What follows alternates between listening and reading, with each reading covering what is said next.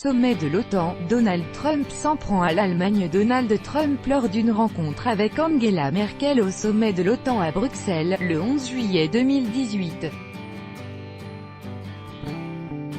Reuters, Kevin Lamarck. Terrorisme, coopération avec l'Union européenne et modernisation des outils militaires de l'OTAN font partie de l'ordre du jour du sommet de l'Alliance Atlantique ouvert ce mercredi 11 juillet à Bruxelles. Mais ces points ont subitement perdu toute importance face à la question du partage du fardeau, à savoir l'engagement de tous d'atteindre 2% du PIB de dépenses militaires.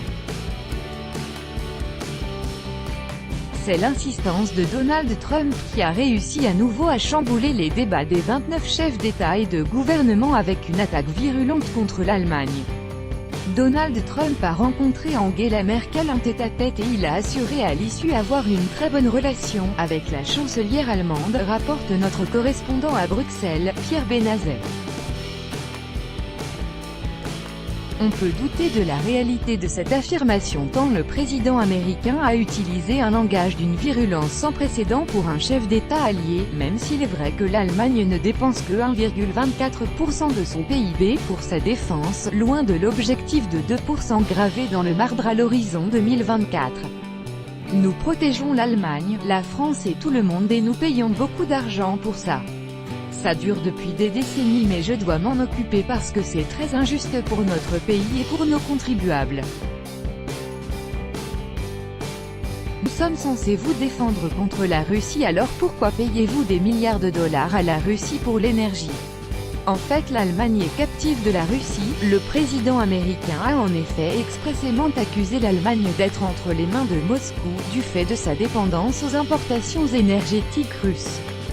Donald Trump a en particulier attaqué le projet de gazoduc germano-russe Nord Stream 2 et on peut évidemment imaginer les préoccupations commerciales des États-Unis qui cherchent à reconquérir des marchés d'hydrocarbures. Si certains font remarquer ici que les États-Unis défendent aussi leurs propres intérêts commerciaux, tous reconnaissent qu'à eux seuls ils représentent 72% du total des dépenses militaires alliées. Les Alliés n'ont pas donné suite à la proposition du président américain de porter à 4% l'objectif de dépenses militaires, mais ils ont tout de même fait une déclaration commune pour s'engager à tenir leurs objectifs financiers. La Pologne acquiesce malgré tout. La position de Donald Trump n'est pas entièrement faite pour déplaire à une partie des pays membres de l'OTAN, en particulier aux voisins de la Russie.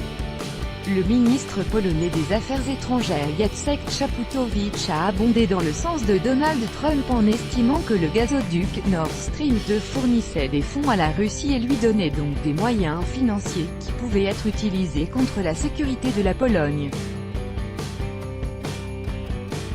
Cette prise de position n'est pas sans lien avec le fait que la Pologne partage avec les pays baltes une vision de Donald Trump différente de celle des Européens de l'Ouest. Ils estiment bénéficier actuellement d'un engagement militaire tangible des États-Unis qu'ils avaient attendu en vain du temps de Barack Obama. La presse allemande charge Trump. Les déclarations peu diplomatiques du chef d'État américain ont suscité des réactions en Allemagne, indique notre correspondant à Berlin, Pascal Thibault. J'ai vécu comment une partie de l'Allemagne a été placée sous le contrôle de l'Union soviétique. Je suis heureuse que nous soyons aujourd'hui un pays réunifié et capable de prendre ses décisions souverainement. Angela Merkel a retoqué Donald Trump qui avait reproché à l'Allemagne d'être trop dépendante de la Russie. Une manière diplomatique de dire que Washington ne doit pas traiter Berlin comme un vassal, comme Moscou autrefois avec la RDA. De son côté, la presse allemande tire à boulet rouge contre le président américain. L'homme qui fait de telles déclarations doit son élection à un soutien en sous-main de la Russie.